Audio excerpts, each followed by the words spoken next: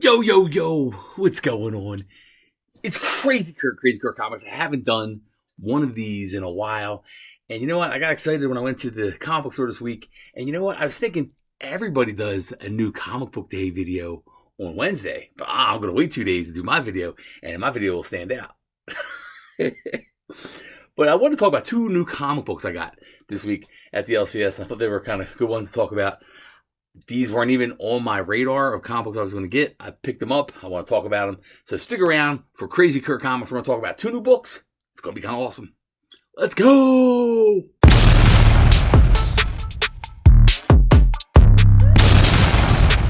Hey, thanks for sticking around. Hey, do me a favor. I would love it if you gave me a follow. If you like the content that I'm doing, if you like this video, hey, give me a follow. I would greatly appreciate it. It helps me do more content like this. Now let's get to the comic books. Before I get to the two new books, let's just kind of dive in and just see the books I got from the LCS. Hey, this category comic books, I've been loving them for like the last year. I love horror anthologies. They're awesome comic books. I like reading them in the morning, get some coffee. I get in and out of some stories real quick. They all have a little twist on them. They're all kind of funny, in a weird, psychotic way. And this is the latest from EC Comics. Catacombs of Torment. I love these things. They did Cruel Universe, they did Cruel Kingdom, they did Epitaphs from the Abyss. So all these goofy little anthology horror books, I just love them. This reminds me of like super old school comics. You get a bunch of little stories, and there's no superheroes involved. It's just a crazy little tale, and I absolutely just love them. All right, now I have an admission. I have to admit something. I have a 20-year gap in reading comic books. I mean, if you don't know my story, I collected the 80s and 90s, stopped around 2000, and I didn't come back until around COVID. I moved to Utah, and I made this crazy little comic book room. And, there was like nothing here before. All the stuff that you see here, there was none of it was here. I just had comic books. And inside that room back there is my comic book room. And I made a comic book room out of it. My wife let me do it. God bless her. And I've been full blast in the comics. Back in the comics ever since. So I missed a lot of great events in that time. And I missed Annihilation. Everybody always talks about Annihilation being, like, if you like cosmic space stuff, you like, cosmic adventures and battles and, beings from other worlds. Marvel doesn't really have any of that going on right now. And they did have it during the Annihilation storyline. So I've been trying to pick up the omnibus of that because I would like to read the whole event, all the tie-ins and everything. I'd like to read the whole event at one time instead of me trying to go back and try to get all the back issues. That being said, when this event started, I did not want to miss it, so I got Imperial 2, picked up Imperial 1 when that came out a couple weeks ago, but I did not want to miss this event, and the first issue was pretty good. I liked it. Somehow, hey, even when you have a pull list, sometimes you just miss things, and I missed the first issue of this. All right, The World to Come, Marvel Knights. Yeah, I missed the first issue, but luckily my LCS, y'all hooked me up, found me a copy, so I was able to get the first issue, A cover.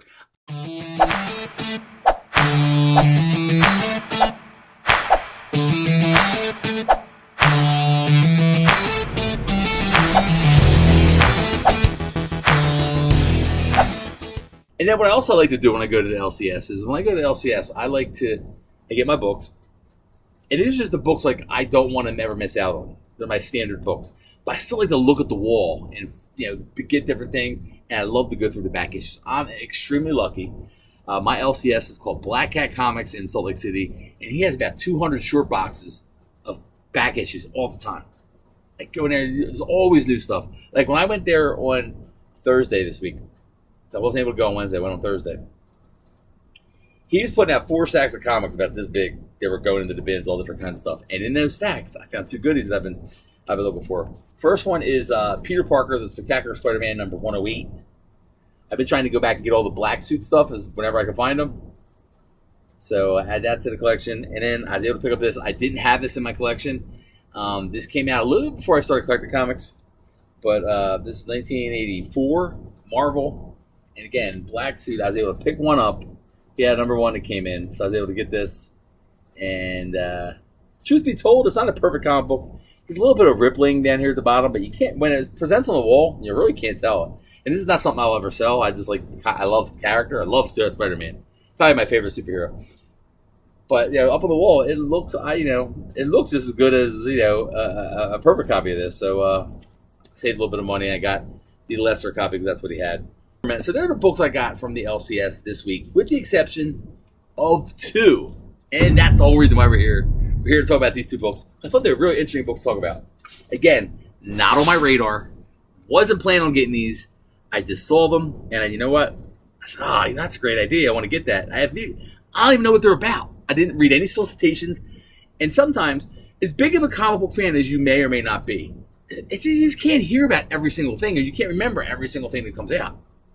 All right, so sometimes things slip through the cracks, or you see it on the shelf, it looks different than you saw it in the solicitation, or you just weren't thinking about that comic book. I mean, when I go to his wall, when I go to my LCS on the wall, there is 1, 2, 3, there's like 5 or 6 rows. So when I saw these 2 books, I was like, that's a great idea. Now, the first one is Star Trek.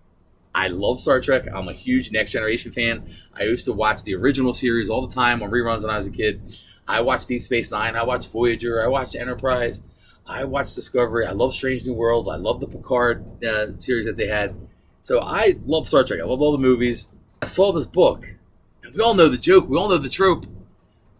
You're a red shirt and you go on a away mission. If you're a red shirt, chances are you ain't going to make it out of that episode, or you're not going to last very long in a story.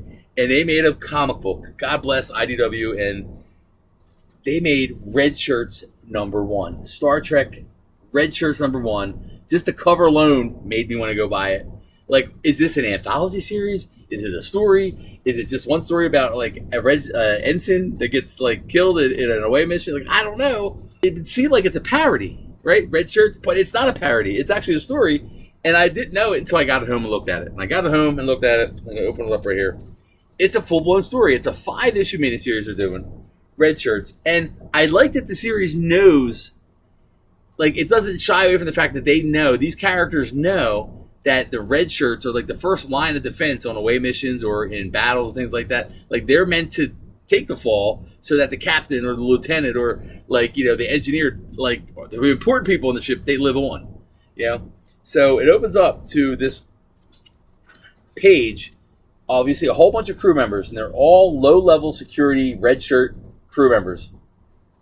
Some of them specialize in weapons, some of them are communications, but they're all red shirts. They're all newer, or people that never advanced in the hierarchy of Starfleet. And it's a whole story. I loved it. And they call back to, they actually mentioned that, we're the first line of defense if something were to happen. And that all these people are not going to make it through this series. And that's what's great about it. But they're all red shirts, and you just know they're all not going to make it.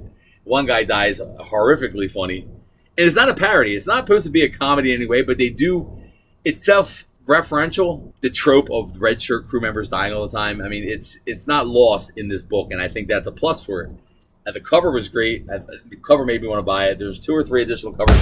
I'll put them up on the screen right here, and you can see the different covers that are out there. But Red Shirts #1, I liked it so far. I'll get the next issue to see what's going on. But how could you not get it? It's Red Shirts. And you know what? Because I liked it so much, I just like the idea of the book. I've been doing a series on, I do it on TikTok and I do it on YouTube and Twitter. And what I do is I'm a big comic book mug collector. I go to thrift stores, I flip pop culture items. And the items that I flip, I find a mug or an action figure or like a Stephen King book or a Harry Potter book, and I flip it. And the money I get from that is what I use to pay for all the comic books. And comic book mugs, or just mugs in general, are super cheap. Quarter, 50 cents, $1, and I sell them for $5, $10, $15. Well, I've started collecting comic book mugs, and I've gotten so many that I started doing a Mug of the Day series. So I pick out a different comic book, a mug that goes with it, and I play some music with it. Sometimes on Twitter, I'll tell the whole story, like what's going on in the issue, who the artist is, who the creators are. And it plays like a little music video, 30 seconds, and to show off the mug and the comic book. I like to use back issues, some older comic books to show off some stuff. But today's mug is number 49. I've done 49 of these in a row. So tomorrow will be number 50. But 49 was this book today. Red Shirts, Star Trek. And I had a Star Trek mug that has Captain Kirk, and it's on a transporter pad, and you put the coffee in, and when the coffee warms it up, Kirk appears. It's pretty cool. I got it for $1 at a thrift store, and it sits on my shelf for all my other Star Trek stuff. So I thought that was a great mug to pair with Red Shirts. So that's book number 1. Here is book number 2. Hey, Guy's a good musician. I like his songs. Post Malone did a comic book, people. Post Malone, he wrote the comic book with someone else. It is called Post Malone's Big Rig. I just saw it's a trucker. It's Post Malone. The art looked pretty cool. It's a double-sized issue. Just for the novelty, because it's pop culture, it's Post Malone. I picked it up. And before you ask, no, it does not have any temporary face tattoos on the inside of this comic book. It is just a straight-up comic book. But the art is really, really, really good.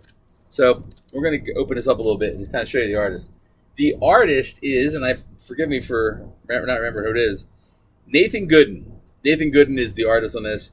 Now, here's the story. There's one thing I didn't like about the book. The book is mostly black and white, but look at the artwork. The artwork is just fantastic. Reminds me a little bit of Daniel Warren Johnson, and I'll get to him in a second. But the story is, they're like demon hordes are plaguing Europe as hell invades Earth. That's basically the setup. And enter this group called the Six Petals. It sounds silly, right? But they're like an offshoot of the Knights Templar.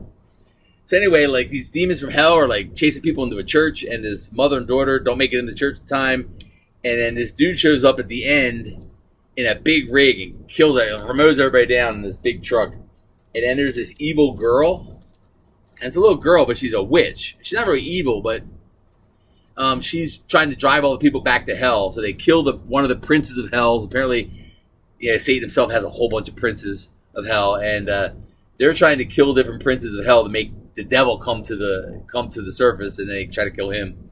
It's crazy. It's religious. The guy's got religious tattoos all over his face, kind of like Post Malone, and he drives this big rig, and it's sort of like Maximum Overdrive, but if that took place during like crazy like people from hell coming up, and it's just nuts. And I should have showed you this the first time.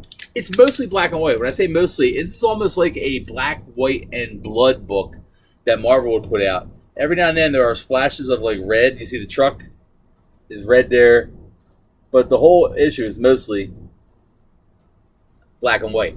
Now it's a double issue, so there's two comic books in one here, and you need both of them. There's a lot of exposition, characters telling you what happened before. You kind of dropped right in the middle of the story, kind of like Episode 4 of Star Wars. You just dropped in the middle. You don't have any idea who the people are, what's going on. You kind of learn it as you go along. I like the story. It was cool that it was religious, and you have hell and the people fighting for good, and this big truck, just killing people. It was pretty interesting. I'll get another issue just to further the story along. I thought it was unique. What's really cool about this is I had a really hard time debating which cover to get. I mentioned earlier, I'm an A cover guy. This is the A cover. I didn't know it was black and white, so I get why the cover looks the way it does now. But the other cover I considered was this cover right here. Can you guess who the artist is? Yes, you're right. It is Daniel Warren Johnson. Oh, man, I hemmed and hawed for a couple minutes at the store trying to figure out which one I was going to get. And I went with the A cover. Like I said, I'm an A cover guy. But I really thought about getting the Daniel Warren Johnson cover. And it was so funny. He had a whole bunch of them, so I put the Daniel Warren Johnson cover on the front of the stack. And someone came by within 2 minutes and said, "Hey, is that Daniel Warren Johnson? I'm getting this." So now I asked the owner. Selling pretty decent. This is the second day it was out, so recommend getting them just to try them. I think it's always good to try new books. We can't live in the world of Marvel and DC forever. Image has some great stuff. You got the whole Ghost Machine universe going on. You got the Energon universe going on. I think it's good to try some other books. And this is by Vault Comics. You can see that there, Vault Comics. I like some of the stuff they did. Vault did a really awesome story a couple years ago called The Nasty. Yeah, I love that comic book. So they do some good stuff. So the Vault Comics, and this one's by IDW. They're doing Star Trek right now. #1 red shirts. So check these out. Give them a try. You may like them. They've gotten positive reviews so far online. The artwork's really good in this. The artwork's okay in this. It's not bad. I like to try to tell you the things I've been reading. I just read this recently. I loved it. Talking about Daniel Warren Johnson. Wonder Woman, Dead Earth. This book is amazing. 3 issues, magazine-style format. It's a hardcover. I got it for Christmas. I just got around to reading it now. And you can get this for like $20-something at like Target, Walmart, online, Amazon, even at Organic Price Books. All those guys will have it. It's worth the $20 to get the hardcover. Beautiful, big pages. I just loved everything about this. Awesome book. Daniel Warren Johnson's amazing. I love his stuff.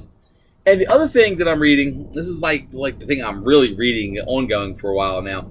Told you I missed a big chunk of time in comics. Not that I didn't know what was going on. Like, I know everything, almost everything that happened. I mean, I know the exact particulars, but I have a pretty good idea of everything that happened. I know Civil War happened. I know Captain America died. I know the Ultimate Universe came and went.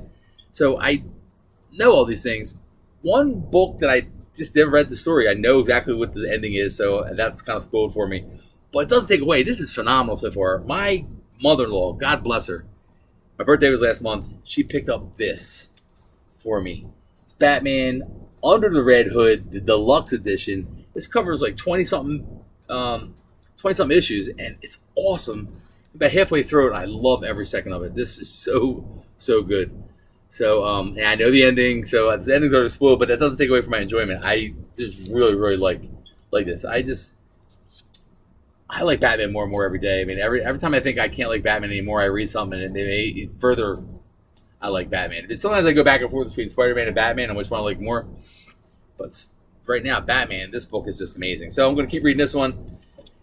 I have so many. My pile to read is so big. But, I'll slowly get through it. But that's all I got for today. Hey, make sure you hit the subscribe button. Hey, you can also give me a follow over on TikTok and Facebook and Twitter. It's all under the same name. It's Crazy Curt Comics. Kind of got easy that way. It's Crazy Curt with a C. Hey, same name, all the places. Give me a follow in all the places. Follow my Mug of the Day series. You can see it on Shorts here on YouTube or over on TikTok. I got it both places. But that's all I got for today, people. Hey, thanks for watching. I really do appreciate it. I'm Crazy Curt. This is Crazy Curt Comics. Peace! Now go read some comics.